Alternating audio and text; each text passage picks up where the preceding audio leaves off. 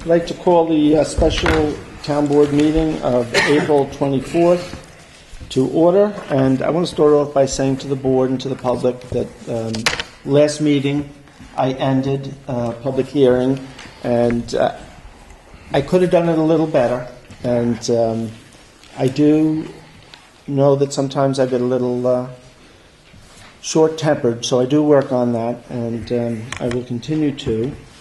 And also, I think in the future, I'll have a list of the rules that we've always gone by and just have them there and read them. For instance, we've always tried to stick to a 2-minute time limit for each person, and I've already asked Jackie to monitor that a little better. So anyway, with that, got a couple of quick resolutions if we want to go through those first, and then we'll get to the main part of the meeting, which is the short-term rental committee report. So with that, the first resolution, the noise ordinance resolution. Whereas the Woodstock Town Board proposes to adopt a local law creating a noise ordinance, and whereas pursuant to the New York State Environmental Quality Review Act, this town board declares itself lead agency and further declares no coordinated review is required.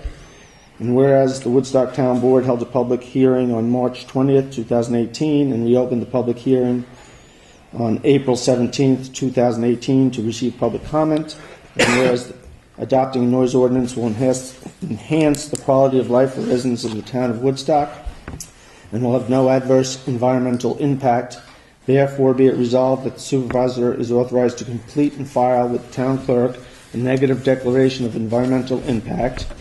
Be it further resolved to close the public hearing, and be it further resolved to adopt local law number 1 of the year 2018, and be it further resolved local law number 1 of the year 2018 will supersede Town Code section 260-29A. Second for discussion. Okay. Did you get a second? Yes. Yeah, you got a second. Okay. So you didn't read the whole thing, though. Oh, I'm not going to read the whole. No, I just put that in there. Yeah. Okay. Well, I got a great big no. Okay. And let me say further that at our last meeting, I said again that a lot of the language it needs to be changed. That there is information that should be in the law that's not mentioned, and that finally that I would again submit a written resolution that I believe fills all the gaps, which I am working on at home and have not, from last week till today, have not had time to finish. It should be done within another 2 days maximum, maybe earlier. Okay. And I will, of course, that's submitted to everybody here. And we'll wait for when we meet again for a considered response to my input. Thank you, Jack. Laura? Like the only thing, as I said, and it's half humorously, that the listing the tape decks and stuff kind of dates us. But other than that, like I've maintained, most of it is dependent on the police department, the enforcers. Any law is as good as the people enforcing it. We have a bunch of pretty good people doing it. We're going to review this in 6 months. So if there's problems with it, we can take care of it then. Or sooner if need be. Or sooner if need be. So I'm good with it. Okay. Richard? I spoke actually to police officers and basically said, do you have any problem enforcing this? What's your feelings about it? And they welcomed it. So that's, from their perspective, even though it seems somewhat subjective, they obviously know when they get out of a car and a wave of noise hits them what's extreme and what's not. So I'm pretty good with it. And one thing I'd like to look at as we go through the summer, though, is the 9 o'clock hour in terms of some construction and things like that. It just seems to me we're pushing that a little bit far. We're giving people basically 14 hours. And it seems a little long. I think sometimes in the summer you like to sit in your backyard and maybe relax and be quiet for a bit. But for now, I'm okay. If I could just address the construction, and again, I'm fine with we're going to take a look at this whole law as we go through the summer. But keep in mind that this law doesn't differentiate between professional contractors and homeowners. And there are a number of homeowners who would come home after working all day and spend a couple hours on a project. So it's more towards an eye. You know, if it's a problem and we get a number of issues, we should take a look at it then. Yeah, I mean, the other side of that is, though, it's certainly construction folks got to do what they got to do. Right. But they're doing it every day. Right. Where a homeowner is probably doing something at night for a couple hours, and that's the last you hear of it. Correct. So Correct. that's the situation. Well, I don't think any contractor set out to work till 9 at night. Yeah. I have We never occasionally. did? I never set out to, but occasionally when the weatherman lied to us and we had a roof open, we worked till dark trying to get it closed in. No, I think it's just if there's something constant, that's all. Yeah, no, like with I you. said, nobody sets out to, in my opinion, sets out to work that late. So. Laura? Yeah, overall, I think it's a good start. I do plan to vote yes. My vote yes is contingent on the review in 6 months because Or sooner. or sooner, if it needs to be done sooner. But we should at least have a chance for the public to speak about how they feel that it worked, how we feel that it worked. So we should take a look because it's the first try at this. I think it's very necessary because we've had issues in the summer. I think it's necessary. I think approving it tonight is smart because we're good for the summer season. We wanted to have this in place for the summer season. We know not having it didn't work, so now we have it, and we'll assess how well it worked in 6 months, but I think it's the right action today. Okay. And Reggie, did you want to No, opine? I'll just add that I think we, should definitely move forward with it, and I like that we're going to revisit it, like Laura said, Lauren, in 6 months and see, or sooner, as you said, and see if we need to tweak it. I know you've given us time to submit any changes, so I know Jay won't make it in for this one, but in the meantime, Jay, if you send the possible I'm sorry, changes. Reggie, I missed that last part. It's okay. I was saying if you, in the meantime, if you'll submit whatever changes, because I know Bill has given us time to submit any changes. If you submit that, and then we'll look at it in October and see, and we'll get a chance to look at it. Or sooner. If I understand, you're suggesting that the board as a whole will take a look at my changes and reconsider the whole passage of this? Well, probably not, honestly No. speaking, probably not until October. Well, and I missed the point then of what Reggie had to say. That was the point, basically, that we would look at it again and have a chance to see whatever changes you offered, and In we October. would have a chance in October to make any changes. Well, I'm really puzzled.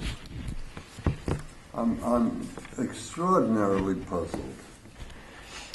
Most Saturday and Sunday mornings, if you happen to be anywhere within town, the roar of motorcycles, usually a horde of them, sometimes it's only one, coming into town, invariably coming from the west, the east, sorry, is damnable. As I've said, and parenthetically, we, Bill and others, and I have spoken about how wonderful our police are, and I truly believe that. They're a good bunch of officers. And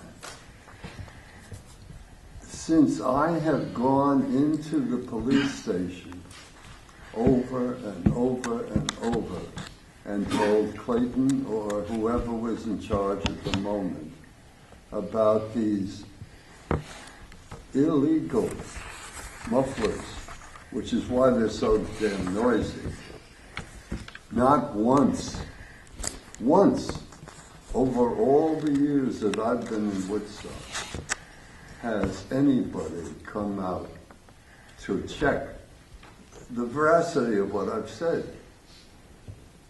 It's a very simple procedure. You take a stick, it could be my old cane or something, and you put it into the end of the muffler, and if you receive resistance, that means the baffles are in there. If there's no resistance, that's why they're so loud. There are no baffles in the muffler. The motor vehicle law says so. Our wonderful police department chooses what to do and not to do. Now that's nice to have thinking people. However, I question certain times for thinking. And another thing that's mentioned, that's not mentioned in this law, that the town deserves to have there, is exactly what we expect the police to do whenever they are called on a complaint. I am not satisfied with feeling and knowing that we have a wonderful group of people there. I will be satisfied when I know what they have to do. That does not mean they have to follow a book and they don't have some freedom of choice. Both of those quality or actions, the choice and the required result in different situations, have to be in there. Otherwise, and about the language with the,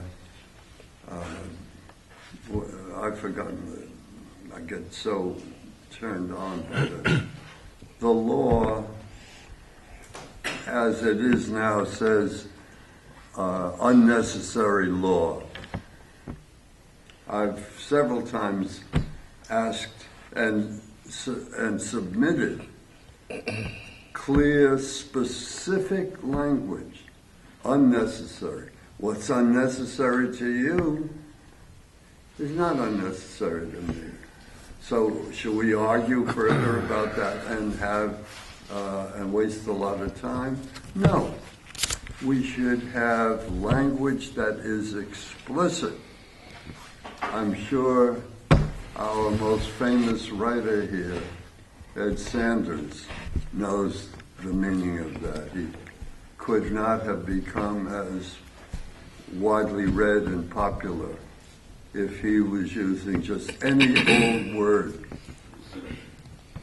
So I've submitted these ideas, and I will do it again in the face of this. I'm not going to say that. In the face of this resistance, and you've heard me. Okay. Jay, I'll just respond to a couple of your points. One, the motorcycles is really not an issue because, not that it's not a problem, but it's not necessary to deal with it in this law because they're already required to have a muffler based on motor vehicle law. So that's already taken care of. If you want, I'll set up to have a meeting with the chief and we can discuss enforcement. But, okay, that's fine. Thank you, Bill. Now, the other thing is with regard to how the police respond, it would not be appropriate to put that here. But what the chief does do is that he has policies. He has policies for different laws and rules that we create and how a police officer is supposed to respond. And that policy, which he would create, would be the appropriate place where the public could then know, okay, when there's a noise complaint, this is how the police are going to respond. And it would be up. I'm sorry. Mm-hmm. So I interrupted you. That would be where we would put that, not in the body of the law itself. I totally disagree. which is not to say that I believe that it should not be in the law that already exists, the motor vehicle law. I'm not saying that. I'm saying that this is a noise control measure. And if that horrible noise, does anybody agree with or disagree with me about that? No, I think we all agree that the motorcycles are terrible. Yeah, and that is an essential part of the noise that goes on in this town. Okay. And considering the fact that over a lot of years, not once has the motor vehicle law been looked into and utilized and followed up on. Well, Never. again, that's enforcement. It's not to be brought up in this law. Why, pray tell, have our police department not followed up on a law that they're supposed to follow? Jay, you and I can sit down with the chief. That doesn't have anything to do with this particular law that's on the table now, and there is a motion. Can we call the So, question? does anybody else give the board one more chance? Anybody else? I would Okay. call the Then I question. call the question. All in favor? Aye. Aye. No. So, Who's recording tonight? Paul I wanted to ask you a question. If you could. yeah, I just noticed when you said it supersedes 260.9A, yes. was that part of your other public notices? No.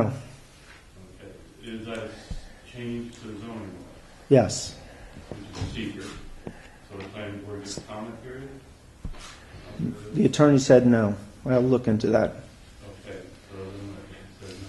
So the amendment to the zoning law would allow the planning board a 45-day comment period to all zoning changes.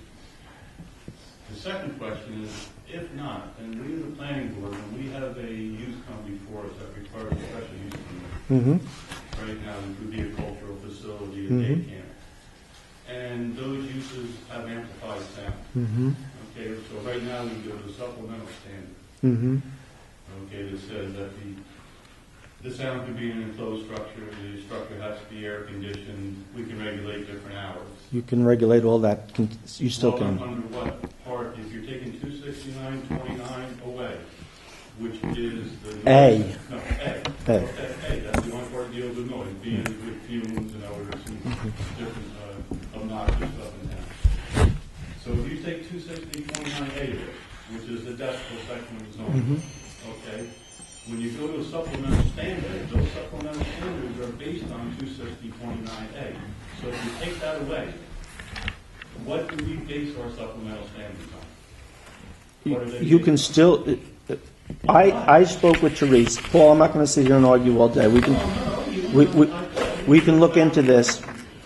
Right now, Therese is the planning board has never noted decibel levels that you set out. Whoa. That you. Whoa. I spent 8 hours one Saturday at the farm animal sanctuary with Chris Anderson from Investa Engineering. Right. Okay? Was it in the site plan? Yes, it was site plan, and it was special What- use permit. It was did special you- use permit did for the- Paul? It was special use Okay. permit for a farm animal sanctuary. Paul, So Bill, I don't want, you can't sit there and say we've never.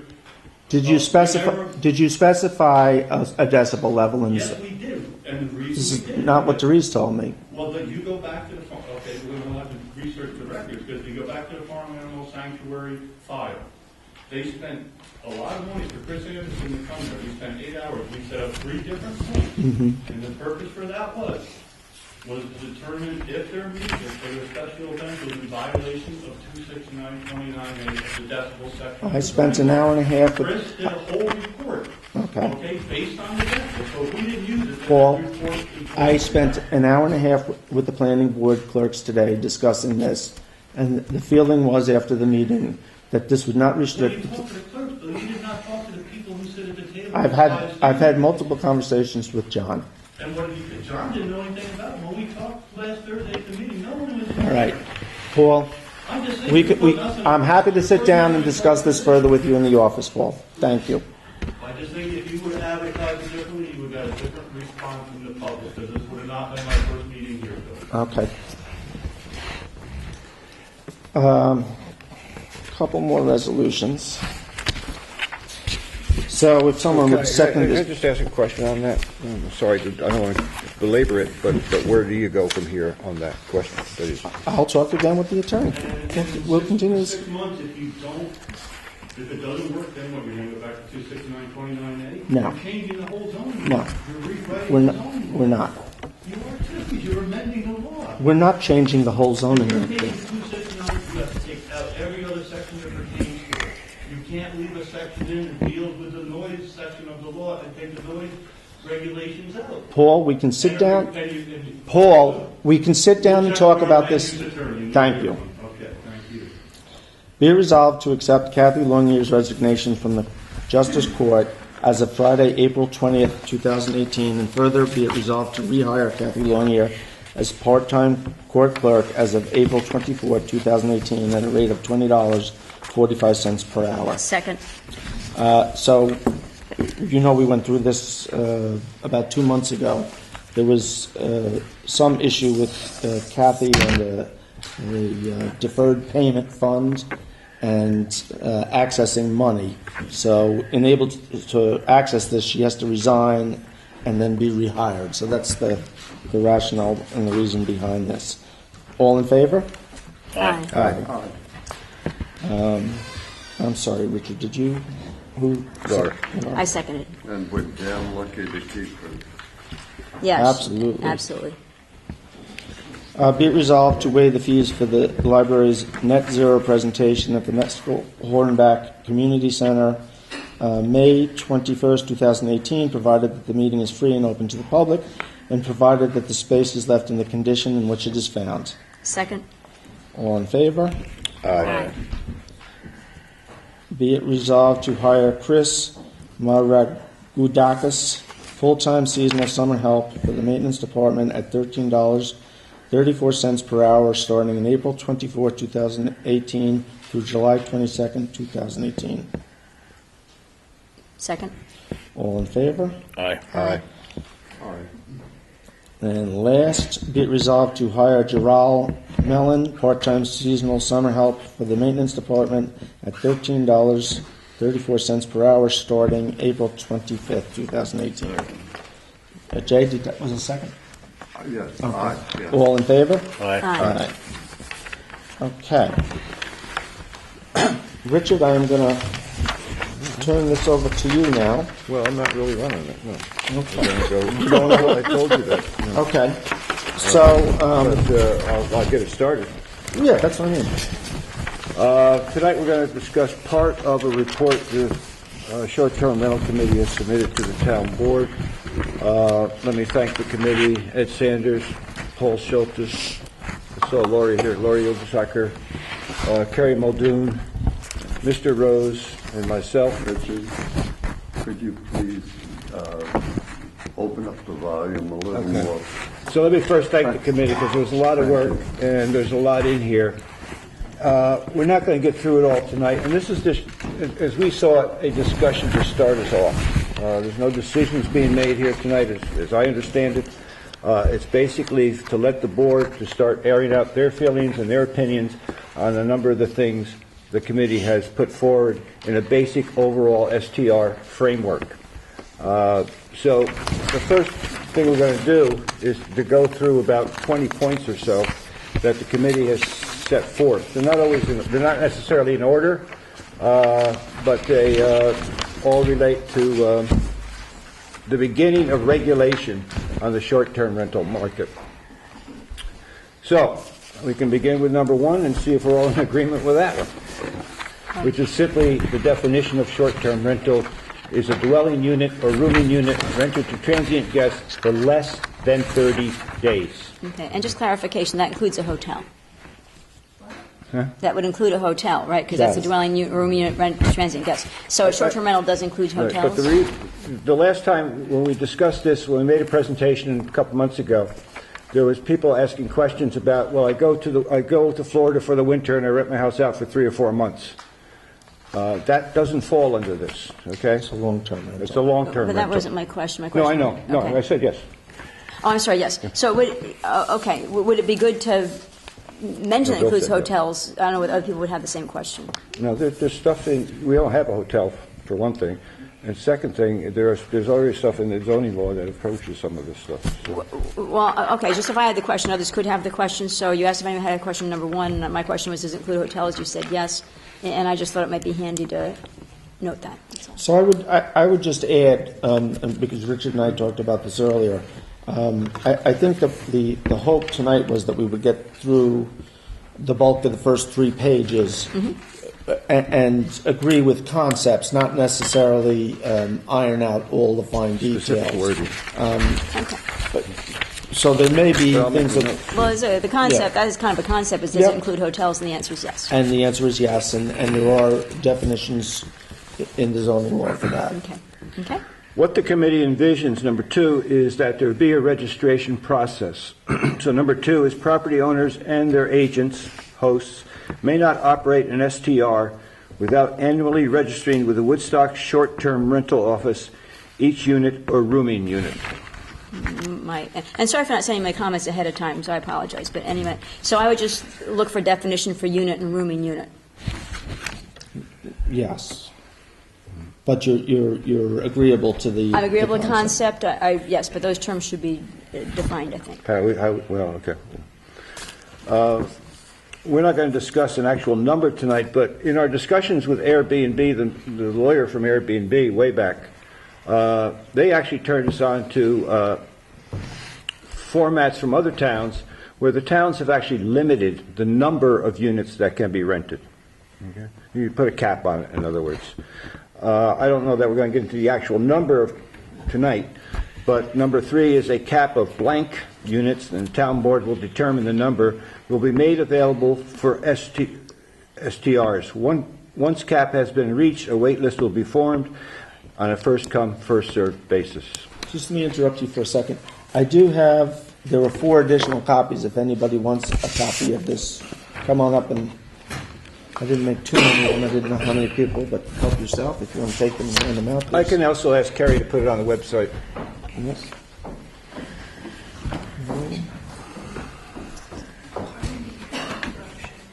I'm not here for this. I just was under the impression we would discuss a little bit of the ordinance, which is over and shut down. Yeah, that's You it. guys had already clearly worked out. There was stuff going on. It seemed like part was a bit shut down. Okay. That whole thing. I don't know if there was written anything in the article or anything about it, but it is our livelihood. So where can I look?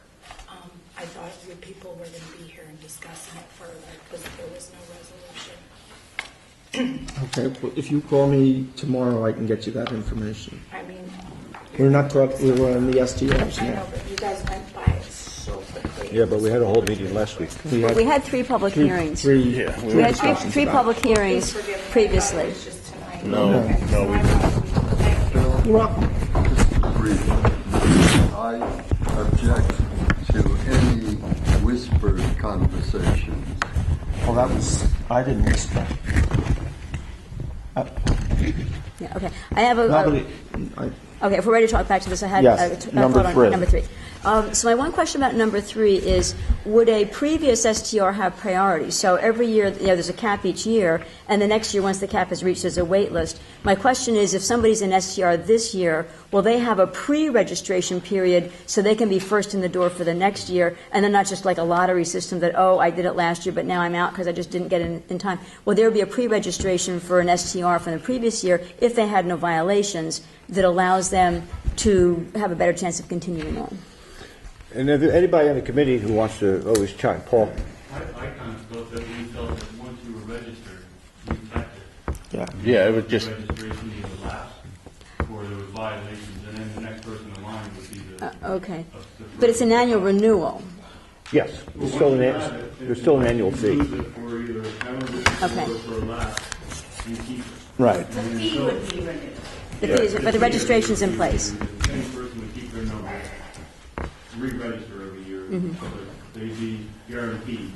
Yeah. And if they opt out, then whoever's on the waiting list would Yeah. keep their spot. But when they would need a deadline to do that, then obviously, right? You need a deadline, Yeah, they have a deadline. chance. Okay. Registration. Okay. And also, and I think it's in a little bit later in this, we also discussed that each year we'll monitor it and we'll adjust, if the cap has to be adjusted, we can adjust it. It doesn't have to be fixed for, eternity.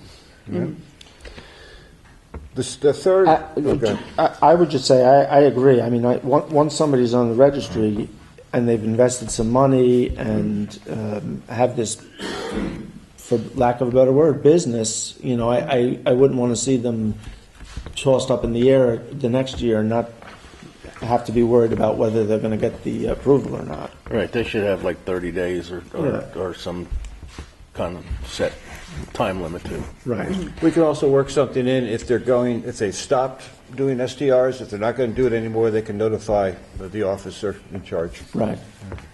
And again, we're not, I think more tonight we're looking at, so it sounds to me like we're all in favor of some cap on the units. Sure, and we'll see how it However that goes. looks. We'll see how it goes. I think you need that, because I think that's your leverage to get people to come in and sign up. Right. Number 4 relates to housing that is not owner-occupied. And again, it's about a number. Regardless of ownership structure, individuals shall not be allowed to register more than blank STR units that is not owner-occupied across any building or parcels in Woodstock in which they have a financial interest. In other words, putting a limit on the number of complete full homes that can be rented out that aren't owner-occupied. In other words, somebody just buys a house and puts it on the short-term rental market. They never live there. Should we allow it? And number 2, if so, how many houses can one owner have? Right, and that's why unit needs to be defined, because STR unit might be an apartment, for example. So that's why I'm asking to define what a unit is. Yep. Yeah, but I'm fine with the limit per Any person. questions? I'm fine with some limit. And I'd like to see a lower limit than a higher limit, simply because, one of the problems I do see is where either one person or a group of a couple of people are coming in. I don't know that it's happened in Woodstock yet, but I've seen in other communities where they're buying up 3, 4, 5 properties and creating these mini hotels spread out over an area, and I would hate to see that happen here. It's one thing for somebody to buy a home and then rent it out part-time to help pay the bills or make a couple extra bucks. So, but yeah, I'm in favor of that. Anybody else? No. 5, due to accountability and effective enforcement concerns, only property owners will be able to register STRs, with the exception that a renter may register one apartment provided that A, the apartment is their primary dwelling and the tenant submits a primary residence affidavit, B, along with their registration application, tenants must provide a notarized copy of a landlord-tenant STR permission letter signed by the landlord and tenant's contract information, and a notarized statement of permission by landlord allowing tenant to rent apartment as STR and acknowledging by the owner of their liability for inspections and any fees or code violations. Basically, it's a long way of saying primarily homeowners get to put a place on the market. However, a long-term renter who's been there a while, maybe it's another cottage on the property or something like that, could do it if the landlord agrees to it and then all that paperwork is done. That I don't know that it's going to be coming up that much, but it's something we considered. Anything else? No? Do you want to take 2 minutes and see if there's any comments on the first 5 from the public? Sure. Anybody have any Or they can thoughts, just raise their questions, hand as we go comments? along. I don't, see. Hey, I'm fine with getting some feedback from the We public. have a hand. Yes, please forgive me for my complete ignorance about this whole zoning thing and the sound ordinance. Oh, no. We're this is about the short-term rental issue. I was just wondering in layman's terms, so I'll call you. Yeah, and we'll talk tomorrow. Figure it out. I just wondered if those meetings were private or open to the public. No, they weren't They were open and publicized. publicized. So I was half one, so thank you. Any comments about STRs? Okay. Okay. And again, we're not necessarily going in order here, so if this occasionally feel like we're jumping around, it's probably because we are. 7, if a registered... Where's 6? Oh, There's a good question. that's true. We're not going to tell you. That's the secret. That's the secret It's a part. secret. We're going to catch up. We're going to make everybody's money. 6. Sorry. If the registrant violates, you had to notice it now, right? In front of the public. If the registrant violates the terms of these I had the regulations, question mark next to it. as well as those included on the mandatory tenant handout, we'll get to that in a minute. If a registrant violates the terms of the regulations 3 times within a year, and we can talk about this, the registration to operate an STR in the town of Woodstock will be rescinded for 1 year, and the appropriate online platforms will be contacted. After the year, the registrant may reapply for registration. Yeah, and I was just adding in the comment, as a new registrant, they should be, realize they're coming in as a new registrant. They won't have the same privilege that if they'd continued on. Well, but then, I mean, like we said, once you've registered, you get first dibs the next year in terms of being part of the No, CAP. you're out of the system. Right, so I just think if you added the words, as a new registrant, you can reapply for registration as a new registrant. You don't have to add those words, but I think it would make it super clear. So basically, and it's part of the noise ordinance, actually, and some other things, which we'll have to get to, but if there's a problem home, if you're living next door to somebody and every weekend there's new people in there and there's more partying going on every weekend, or, it's a way of controlling what's permitted and also getting rid of the bad apples in the system.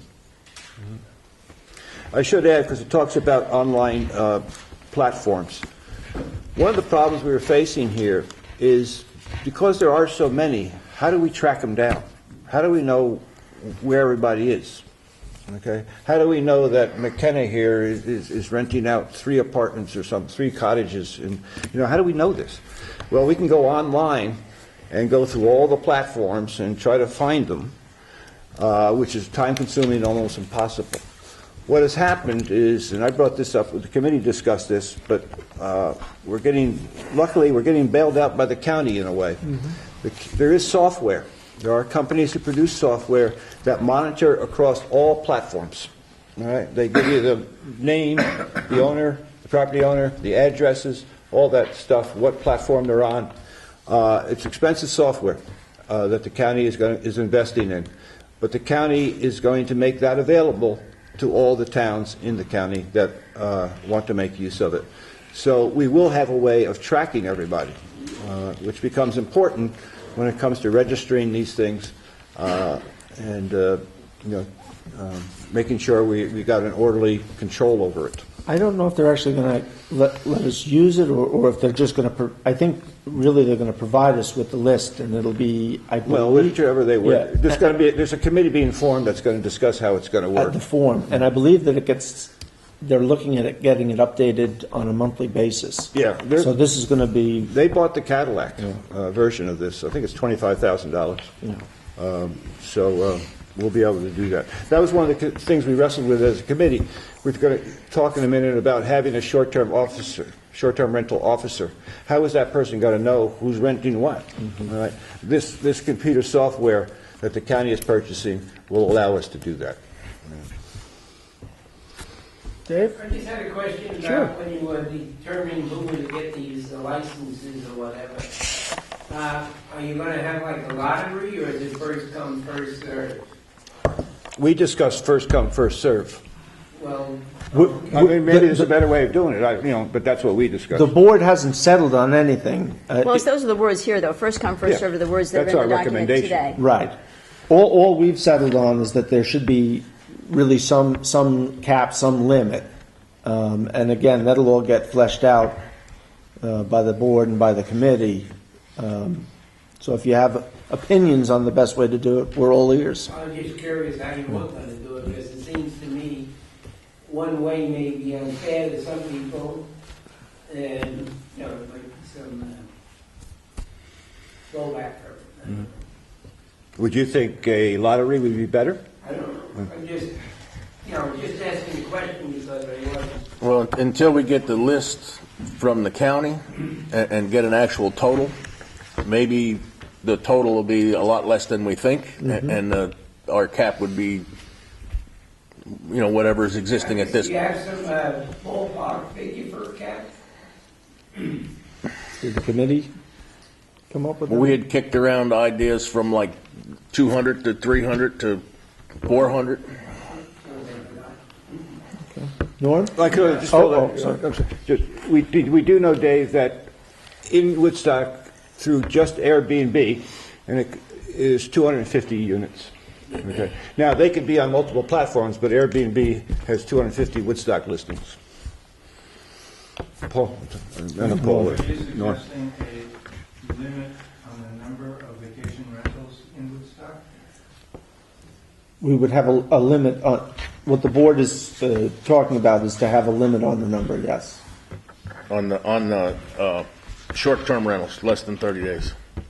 Yeah, of course. Wow. But will there be any preference to owner occupied? Yeah, you'll see that coming up. But I mean, okay, because you talk about the cap and it's first come, first served, but item 3 does not say that owner occupied would have a priority. Well, we can make it a priority if you want to. We didn't say that. Okay. But we do charge different fees. Right. We do recommend different Well, I did fees. think that we liked, that our problems all came from non-owner occupied, so that's why I was There thinking. could be two separate caps, or maybe the owner occupied, we don't put a cap on. I mean, Well, that's kind of my again, thought, because we're trying to solve a problem, and owner occupied, I didn't know we had any problems with owner occupied. Yeah, well, we had also discussed at one point not folding the owner occupied into the number. Well, of the right, that's what cap. Bill just said, is not, Yeah. so that might be something that The only problem with that, and this goes to your question a little bit, Norm, part of the reason towns regulate is to create a balance in short-term and long-term rentals. All right? In other words, having housing, affordable housing available to people who want to live here long-term but can't buy a house or something like that. So one of the reasons they put limits on is to see if they can get a balance. You have so many over here are short-term rentals, so many over here are long-term rentals. And you think about diversity as you go along, and you think maybe 10 years down the road, if everything becomes a short-term rental, where do the young people live? Where do the new families come in? Those types of things, and there's no hard figures, there's no hard numbers on any of that, really, but that's part of the consideration. I understand it, and I think it's noble, but I like noble. I think you're up against the wall. How's that? Because you can't regulate that. Yeah, we can. Well, you can by giving a number, okay? But I think you're going to run into lawsuits and a lot of, I don't have a problem with it personally, but I do see lawsuits, I see arbitrary numbers that you're setting on limitations. I think it goes against the natural flow of the economy, and I sympathize with that. Young people, this town is being bought out, clearly, it's being bought out. actually, I It's do. just something to think about, that's all. No, the other thing, I do think that the cap has been tested in court and has passed muster. the cap idea, as I mentioned, came to us from the lawyer at Airbnb. Yeah. Also, towns are allowed to ban it altogether. We could ban STRs altogether. A lot of towns have done that. It's not going to be arbitrary. It's going to be based on... Excuse me, Paul. It's not going to be arbitrary. It's going to be based on that formula from the county. Right? Right. We're going to find out how many we have. And the cap is going to have to be somewhat in line with that, right? You know you have a certain amount, you got to be somewhere around that number. If you have 400, you're not going to put the cap at 150. Right? Most likely, I would say no. I would agree So I with you. think they're going to, once you get that information from the county, it's going to kind of give you an idea of where to set a cap. That's a fair balance for the town, that if that's how many exist right now, how does short-term rental compare right now to short-term, and look at those two lines right now. That's going to, so it won't be arbitrary. It's going to be hard numbers looked at, and that cap is decided. Okay, I'm registering tonight. I just wrote you down. I wrote you down, Norm. You're the first one, you're in. And if you, Where's Dion? Can we take a picture of him registering? Registering, the first registrant. and if you were going to sue the town, what would be the what would be the basis that you're illegal and you want to stay that way? No, well, I Lori? I hate lawsuits too. I do think, I mean, I like what Paul just said. I think that we have to really look at this in a very balanced way. And I'm going to say the obvious that the world has changed. And whether it's Airbnb, Uber, Bitcoin, paying, going shopping, I don't know how to do it. I've never done it. But using your phone to swipe to buy your coffee or to buy your burger. That, a huge population age group does it. And what I do know as somebody that's active in the community and active in the realtor, that since I've been on this board, I talk to the young people that are working in town. Where do you live? Actually, surprisingly, a lot of people are renting locally full time. Other ones have answered, "No, we live in Kingston. It's much more fun than Woodstock." I mean, Woodstock has never really been a young town age group. But my other point is with this new changed economy, so many of the people that have bought homes are in the 30-something to 45, 48-year-old group. They work their butts off in the metropolitan area. They bought a home here that they use part-time. They come up 2 weekends a month, once a month, book it, for themselves for the month of July with their kids. But in order to pay taxes and their mortgage, they are participating in this new economy of Airbnb or whatever, the short-term rental. That's not going to go away. So I think, and they are the next generation of people. Their kids are going to school here. Some of them are making up their minds. For the month of July? Wait, I'm not going to court. Yeah, some of them aren't, but some of them are. Or they're saying, are we going to now make Woodstock our primary residence and have the kids go to school here or not? There are schools in this town. All I'm saying is that the people that are renting are not renting to make a profit. They're short-term renting. By and large, I'm sure that there's some exceptions, but by and large, they're short-term renting so that they can also be here. Right. I do want to remind folks, because we've said this numerous times, presently, right now, you cannot rent a whole house out under most circumstances in Woodstock. It's illegal. Yes. On short term. Short term. Yeah. And this board, the committee, has all talked about loosening that up a little bit. So there's nobody up here who's screaming, let's shut this down. And I think we all need... I'm just talking about the cap bill. Yeah, I know, but we need to keep that in mind, that I think we all recognize that this is a new century. It's a new time, new economy. But mentioning 200 units, We're not talking about units. We're not talking about... Right. We said at the beginning, we're not talking about numbers tonight. Leah?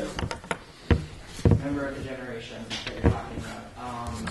So I am somebody who does indeed, I use my phone to pay for things.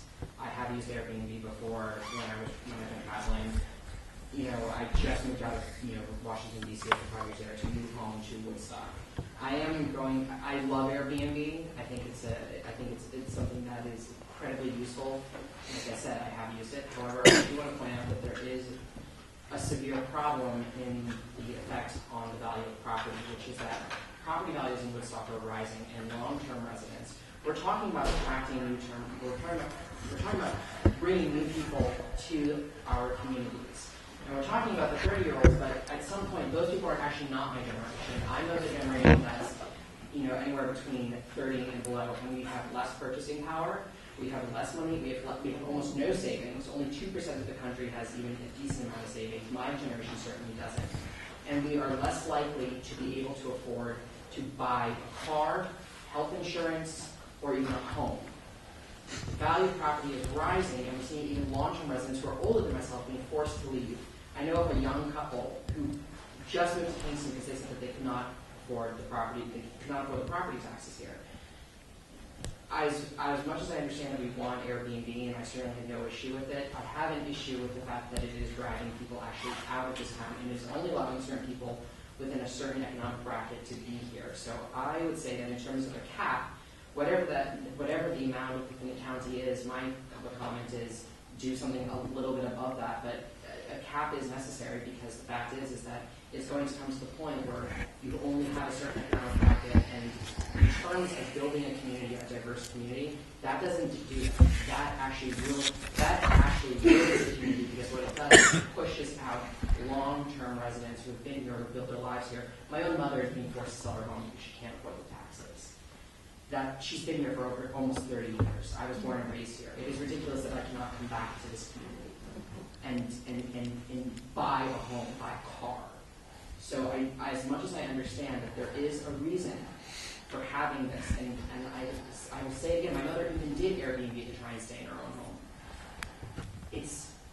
There are severe detrimental effects to a short-term rental economy. So yes, they're here to stay, but I know that we're not discussing caps tonight, but whatever that number is. Well, we're not discussing the number. We're discussing the concept of whether to have one or not. I absolutely, there should be a cap. Okay. Thank you, Liam. Ed? Well, I think the clear majority of the committee that worked with Richard Hebner to create this package of documents, including the law, were in favor of a cap. Mm-hmm. And we're also in favor of a number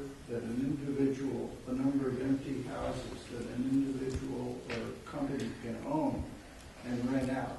We're for setting a cap on that too. Mm-hmm. So there is a clear majority in our committee to set up a fair, because there are 4,000 and some houses in Woodstock. So if 800 of them are rented out, 700, 600, 500 are rented out, it becomes a problem for regular working people who work for the county, who work for the town, who work on businesses here, to find them. I could tell you anecdotal information that I learned about people in trouble buying a house, for instance, because somebody outbid them, put $35,000 above what this couple was going to spend in order to have an empty house to rent out for Airbnb. And the sense what I heard from the board is that we're in agreement with caps on both those. Yeah, and if we don't have a cap on owner occupied, that's okay with me. If we just have the cap on the non-owner occupied, I think is a. 7. I think All registration fees and penalties associated with this. Oh, you've renumbered. Yeah. Yeah, if you can go by what's on the page. Well, Bill's that'll yelling at me. Well, we'll go by what's on the page, though. Okay, we'll go by the. Did I yell? You can renumber it afterwards. Whatever. All registration fees and penalties associated with STRs will be allocated to administrative costs for regulating STRs. Once the administrative needs have been met, and that includes hiring an employee, once the administration needs have been met, any remaining revenue will be allocated to a Woodstock Affordable Housing Fund. Do we have one of those yet? No, we'll create one. Okay. So I do have some issue with that. That's our noble idea, Norm.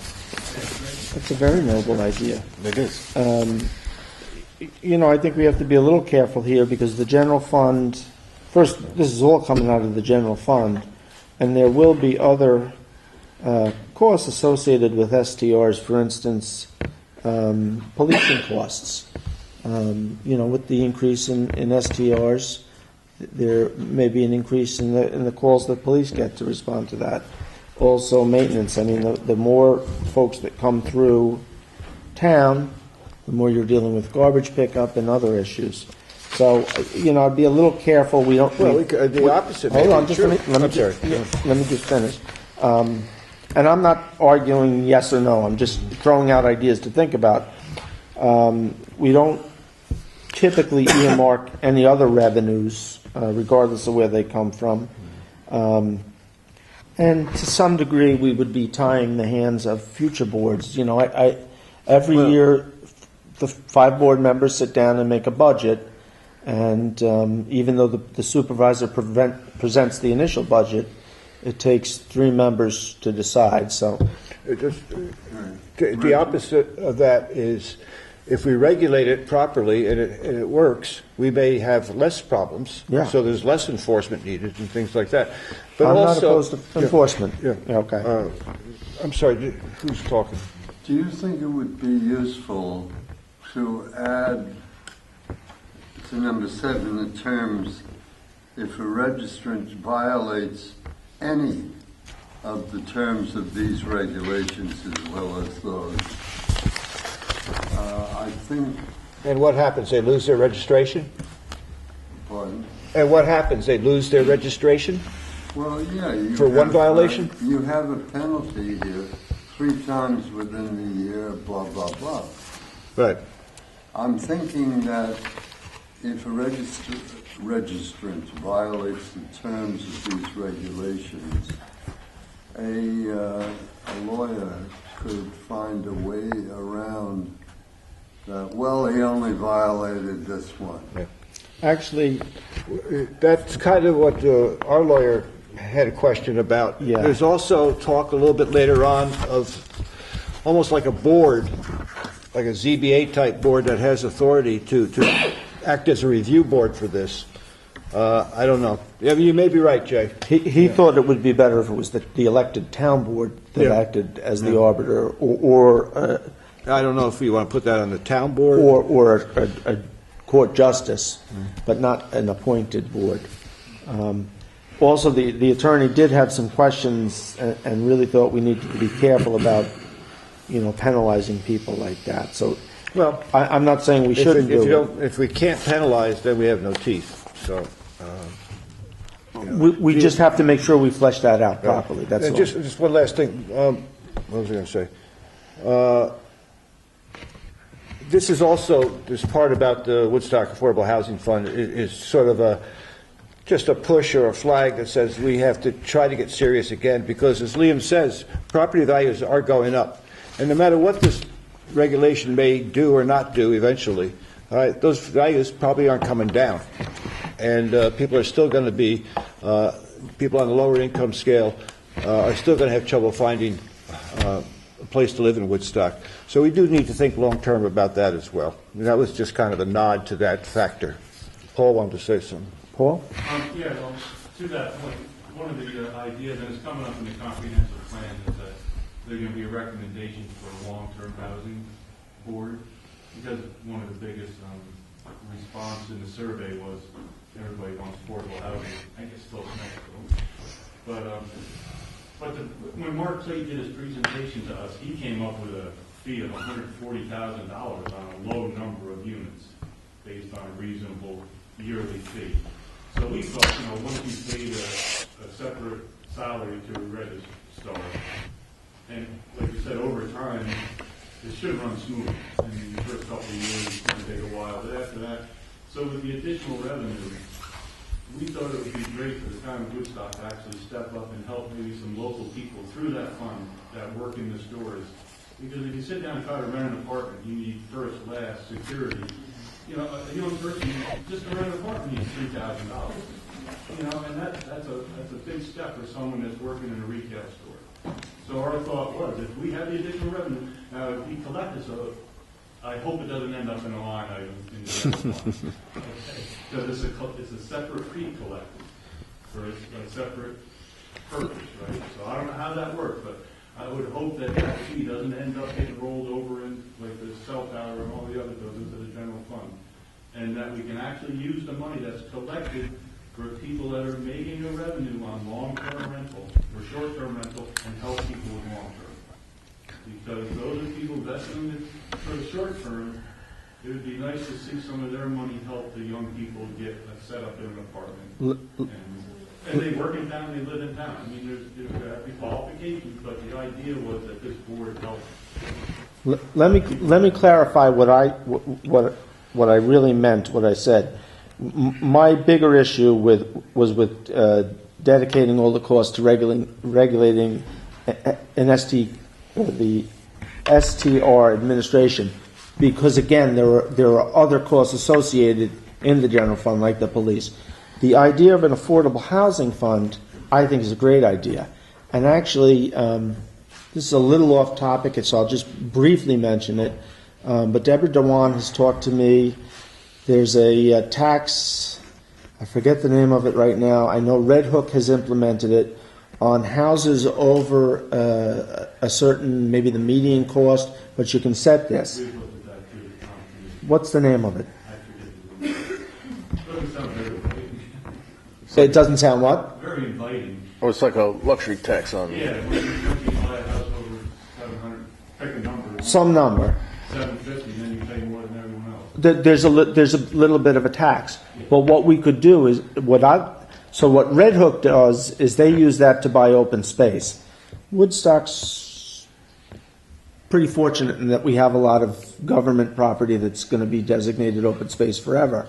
But the thought was that if we could take that money and use that for affordable housing, that would be a worthy cause. And I do know, and Paul, you're more on the forefront with this, but it sounds like along with open space, affordable housing is a big issue coming out of the two big ones. Well, one of the things, though, that I want to clarify this, we heard those same things with Rupco.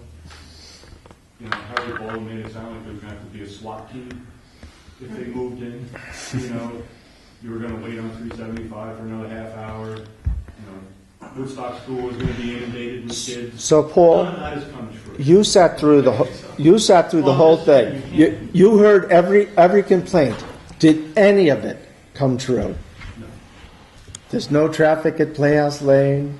The bog turtles are safe. But the planning board, and I was on the planning board at that point, did a wonderful job. Fantastic job. Listening and, I don't want to Mitigating say and making sure that it was a great project. But, right, working very diligently. Absolutely. So that those, issues like Absolutely. traffic and I just don't think the short-term rental is going to add that additional revenue to those certain line items. Like, Clayton's not going to hire another police. No. The number that are there already. Yeah.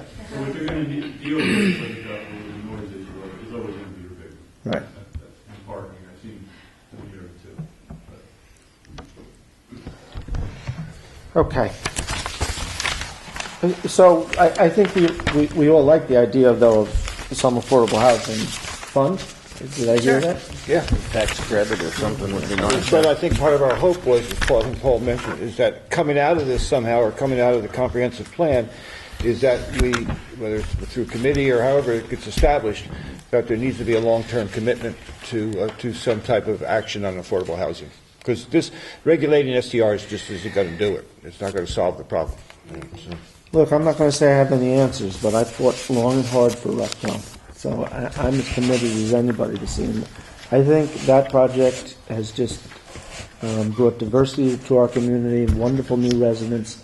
You know, I remember saying, anybody who moves to Woodstock, on that day they become a Woodstocker. And a lot of them are great Woodstockers. So anyway, number 10, somewhere within all this, there needs to be, and Ed's actually been working on a law, and I think I sent it along. Property owners, management firms, etc., found operating STRs without proper registration may be fined. I'm fine with that one. In other words, if they go through the software and they find somebody is operating without having registered, through town law, there would be a fine assessed. Mm-hmm. Any objections to that? Okay, 11. Where applicable, owners of owner-occupied units must sign an affidavit that the registered unit is their primary residence and provide documents, etc., demonstrating compliance with this residency requirement. And goes on what type of IDs. Yeah, I was confused by the term "where applicable." Where would that not be applicable? If somebody says they're owner-occupied, why would you not require those things? So I thought the words "where applicable" could get stricken. Which is the same as what when we do the accessory apartments, they have to say it's the same. Yeah. So just like accessory apartments. There'll be number 12 is simply owners, and you haven't seen it, but owners must complete the registration checklist or similar document provided by the Woodstock Short-Term Rental Office as part of the registration process. There'll be an application and a whole thing of requiring certain information. As a condition of registration, STRs must allow on-site inspections. Owner must have a fire and safety inspection from the Town of Woodstock inspector. Elements of the inspection are listed in the STR registration form from the Town of Woodstock. That is one cost. What's that, Paul?